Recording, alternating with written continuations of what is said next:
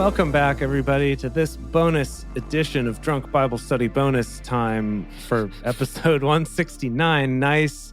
The start of Ezekiel. So many exciting things happening. Wow. Holy moly. What a start. It was really, really awesome. Loved every second. I worry about Ezekiel being able to maintain that level of excitement. I don't think he's gonna. Yeah, that's a lot to live up to. I kind of agree. Yeah. It's all going to go down from here. But that's, you know what? We can't have everything. Kind of like The Lion King on Broadway. You know, Julie Taymor just really blows the whole load right at the beginning and can't really maintain that afterwards. Yeah, well, she did what she could. Lion King and Ezekiel in the class together. There you go. Yeah.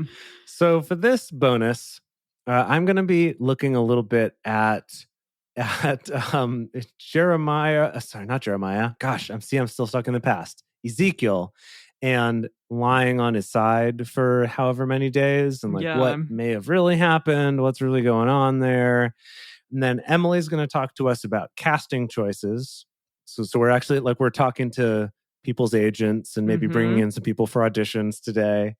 And then Dedeker, you're talking about Ancient Aliens, of course. Aliens. We love those. Damn alien stuff. Yep. Yeah. Alrighty. All right. I'm going to start us out here. So, okay. I was very excited to see that this question was indeed asked on the Hermeneutics Stack Exchange. Oh, good. Which is one of our favorite resources. And essentially, the question that was asked was this, was like, hang on now.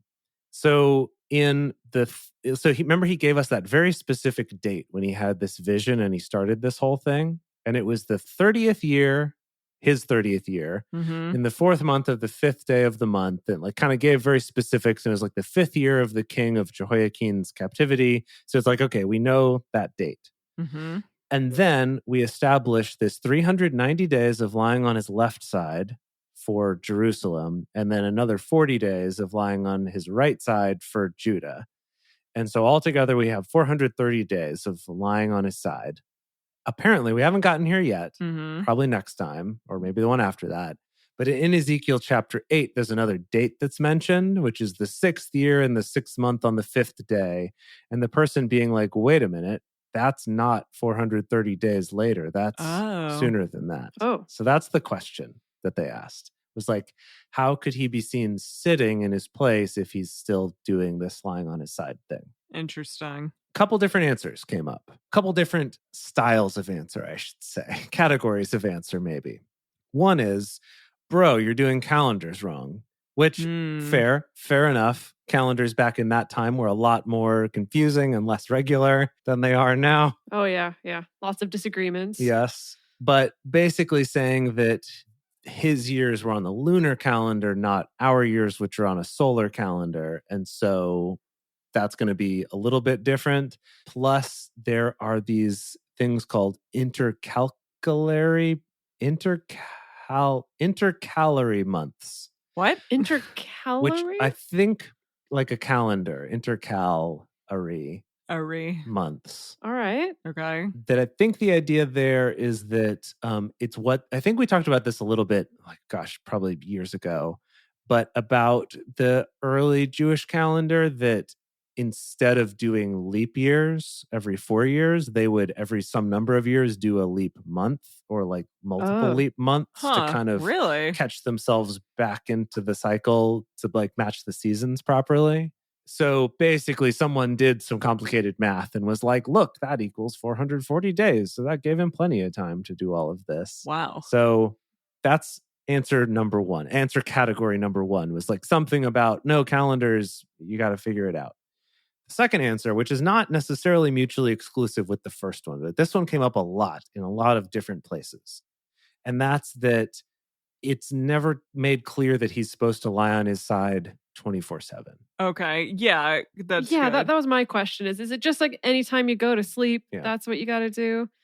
So that's the question. And people have theorized maybe it was 8 hours a day. Maybe it was when he was sleeping, but probably it was while he was awake. If it's supposed to be a kind of object lesson about bearing the suffering of these, it wouldn't make sense for it to just be sleeping, but more this is sort of a meditation or a demonstration or something like that. And the idea is that he's lying on his left side, meaning that he is facing from where he was, I guess, east toward Jerusalem. Okay. And then lying on his right side, he would have been facing the opposite direction, west, which would have been toward Judah for the 40 days. So 1 day per year of their iniquity leading up to their downfall or whatever. So basically by that argument, it's like, well, okay, he did this thing, which was maybe trying. And also he was supposedly tied up, which is unclear. Yeah. Yes, I remember the binds. Yeah, what's that? And everyone's like, who knows? Is it a metaphor? Wow. Is it real? Okay. Did Yahweh do it? Was it someone else? Did he tie himself up?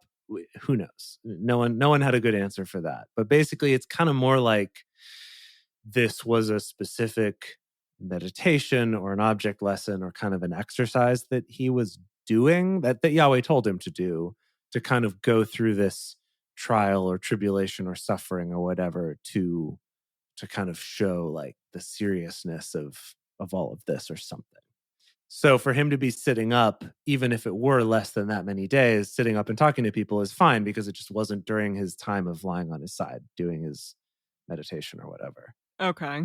So that's kind of the two different explanations or answers to that question that I came to, which I think are not mutually exclusive. Maybe it was both, that he doesn't talk to those guys until after the days of doing that, but also he wasn't doing it 24 hours a day. And they make the argument of like, because part of this was you should be baking these muffin Ezekiel breads out in the open with dung every day. So like clearly he's not lying down all day. No, thank goodness, because and they didn't, he would get bed sores. Right, and they didn't have a mechanism for keeping bread for more than a year. So it's like he clearly had to have been cooking that every day.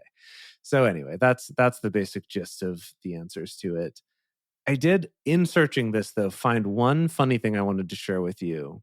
What? Which is about Ezekiel's very vivid description of seeing God. And the question is, Ezekiel gives this really amazing, wonderful, wild description of seeing God. But, Elijah doesn't do that, or Isaiah doesn't do that. So like, was he what's up with that? Closer to God than Isaiah was? No. And basically what I can see from here is that to the Jewish scholars, them's fighting words. And the answer, this is so good. This is so good. Let me see. Where's the source of this one? Yeah, so this is from other Jewish writings and things like that, including the Midrash as well as some other writings.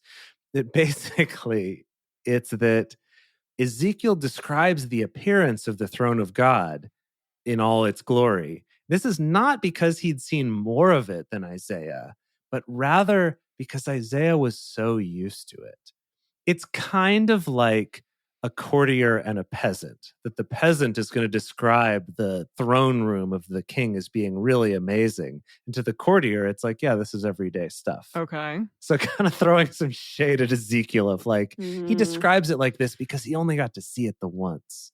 Whereas like Isaiah was there all the time in the kingdom of God with his alien spaceships and stuff. So it was like no big deal to him. Wow, really? Fascinating. Okay. That's I mean, obviously they don't say alien spaceships and stuff. That was me editorializing, but wow. But that was the idea, yeah. That's really interesting. Okay. Well, let's move on to casting. We're going to be on our casting couch right now. Mm-hmm.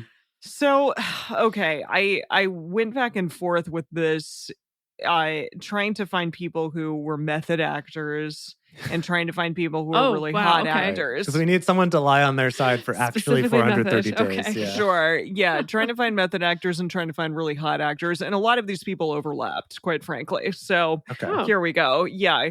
But someone that came to mind, I don't know if you all have seen, Tom Ford did a movie that was like A Serious Man or a Simple Man, I think is what it was called. And it was a very single man. A single man. It was a very like sexual, sensual movie between like a guy realizing that he was gay and, with this beautiful boy who was Colin Firth. Yes, Colin Firth and Nicholas Hoult, who I remember seeing the film at the time and being like, that boy, he was, 20 or 21 at the time, is one of the most gorgeous people I've ever seen in my life. Like in that film, he was just stunningly beautiful. He is very striking. Okay. Exactly. Very striking boy. Okay. Yeah. Okay, so that's one candidate. Yeah, so, okay, he was one of my picks. All right. Ryan Gosling, because we haven't used him yet, he was another pick. Yeah, boy. Really, really good looking also. And interesting, and I feel like he could go there in the role. Yeah, he could go to a weird tripped out kind of place. Yeah. Yes. And then I moved into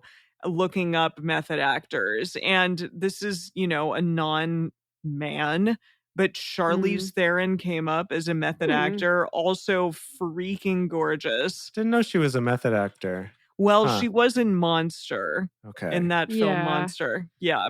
Like she gained a bunch of weight for it and, wore prosthetic teeth and all this stuff and, won an Oscar. So well done her. Good job, Charlize. Also, Jamie Foxx. Okay. Which, let's not constantly cast white people. Jamie Foxx is very attractive and also did method acting for a couple of his films for Ray and stuff like that. Adrian Brody is another one. Gosh, okay. There's a lot of... I know. Adrian Brody's interesting. I don't think he's quite that same... Clearly, you were the child of two perfect-looking human beings. Okay, Adrian Brody's out. Okay, fine. So my final one is Christian Bale. Of course. Goodness. Who it has method acted. But wait, no. He already plays Baal. You're right. Oh, he's okay. Oh, yeah, you're right. Yeah. Okay, then never mind. Okay. He's already cast. He's got his own spin-off series already. So we have four people up for this. So, yeah. Okay. I mean, I like Ryan Gosling. I think that's where I would vote. Yeah. What do you think, Chase? Gosh, the Gos is a good option. He's good because I do think he does he can do the kind of haunted thing. Like there's a certain look in his eyes of like being a little bit haunted by something, which I feel like Ezekiel would need to have. I think that's certainly a possibility. Like he's had, you might think that he's had a rough time with life, even though I'm sure that he's had just a fine time with his life in real life. But I don't know. Y'all saw Drive, I'm sure. He was really intense in that. So, okay, my hipster moment is that I developed a crush on Ryan Gosling when he debuted in Remember the Titans. So basically, I was into Ryan Gosling before everyone else thought he was hot. Okay. When he was just like a tiny little boy, and I was like, ooh, this is a cute boy. I remember him in that movie about when he falls in love with the sex doll. Lars and the Real Girl. Oh, yeah. Yes, Lars and the Real Girl. Yes. Great film. Yeah. Great film. Okay, let me just talk through this here. Tell me what you think. So, being a prophet basically means going through a lot of shit. Yeah. Right? Getting put through a lot of garbage. Being a prophet in this time, I should clarify, right? The former prophets live in life large, right? It was great. The latter prophets, like Jeremiah, right? You're kind of a little more downtrodden and stuff like that. Had a really rough time, yeah.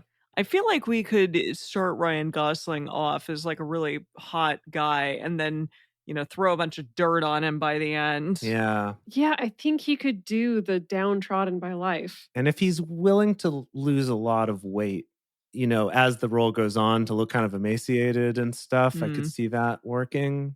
He's also a good age for it. Because I was looking and Jamie Foxx is already older than Ezekiel was when he died. Oh, so I just think he might be or not when he died, but like when the book stops, maybe he dies. Okay. I don't know if he dies. But he's already a little older than that. I like Jamie Foxx though. We should definitely put him on our list. Yeah, for sure. As someone to cast somewhere else. Yes. Yeah. Yeah. Well, I think Gosling. Well, let's bring him in. Okay. Next episode. We'll bring him in. We'll float him to our audience. Yeah. See how people feel. But he's made the short list for now. Right. Yeah. Because I did want to clarify for our audience that we did talk about Sebastian Stan, but we already cast him as David. And somehow all of us forgot that fact. So I know. Yeah. Anytime people ask me like who got this part, I'm like, I don't know. I have to check our Moses was Benedict Cumberbatch. A huge cast. Yeah, exactly. All I know is that Yahweh is the rock, clearly. Yes. Everyone knows that. No one can forget that. No. And everyone knows that Beyonce is Asherah and that Christian Bale is Baal. Those are the three like constantly recurring characters. Yes, they're the ones, but yeah, everyone else, it's kind of up for grabs. But I do like that, now we know that Joshua is Henry Cavill and Rahab is Eva Green. And so the descendant, we've got to figure that out. Ryan Gosling would be a good descendant of them, for sure. I like it. Could see it.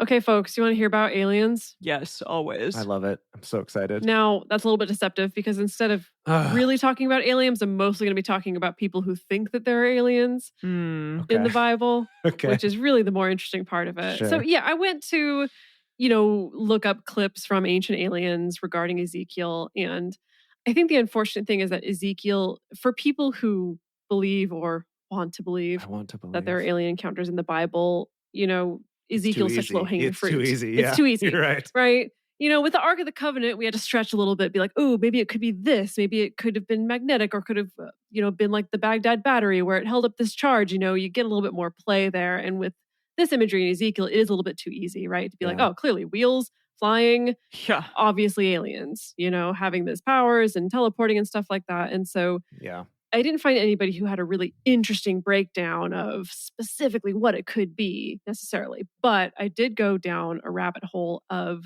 writers and thinkers and researchers. I'm going to append a question mark onto researchers who have written and postulated and theorized the most about this. So from Ancient Aliens, that led me to this writer, Eric Anton Paul von Daniken. What a name. What a name. If you're going to write about aliens, that's a name to have. I know.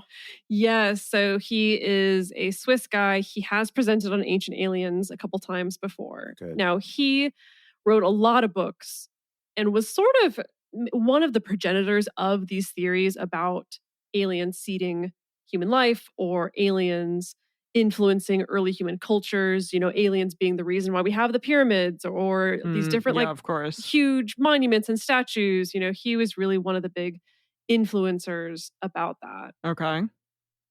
Most people, it seems like people who are like actually archaeologists or historians or scientists, reject his theories. Right. He even went to prison for fraud and embezzlement as well. Oh, wow. So, cool. Goodness, really? But it's okay. He wrote a couple books from prison and then he got out and then he designed a theme park. So he's an interesting character. He designed a theme park. A theme park. About what? Is it a theme park about aliens? Ancient aliens? Because we should go there. For sure, we should. It's called Mystery Park and it's in Switzerland and it closed. So farts. Okay. So sadly, we cannot. But we can imagine how good it could be to take a little field trip to Mystery Park. That would be so for sure. Good. Yeah. Yes. So he wrote a book specifically called Chariots of the Gods, ? That the gods? Yes. A lot of people in the Ancient Aliens crowd really love this book and talk a lot about this book.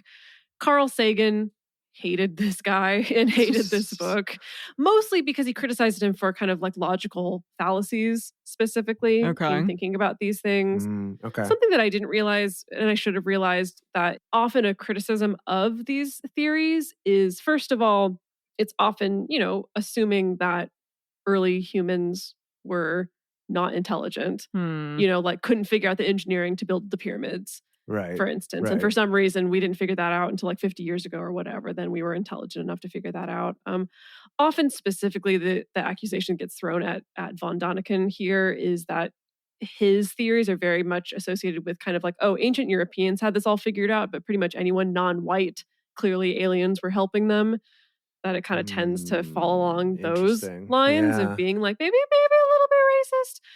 So that's a thing as well. Now, von Daniken went on to inspire this other guy whose name is Joseph F. Blumrich, who he was a ufologist and he was really skeptical, though, of von Daniken's theories and went to disprove him, but then ended up being convinced that he was actually right and totally hook, line, and sinker was specifically all about Ezekiel. Was yes, Ezekiel is clear proof that there were spacecraft, there were aliens.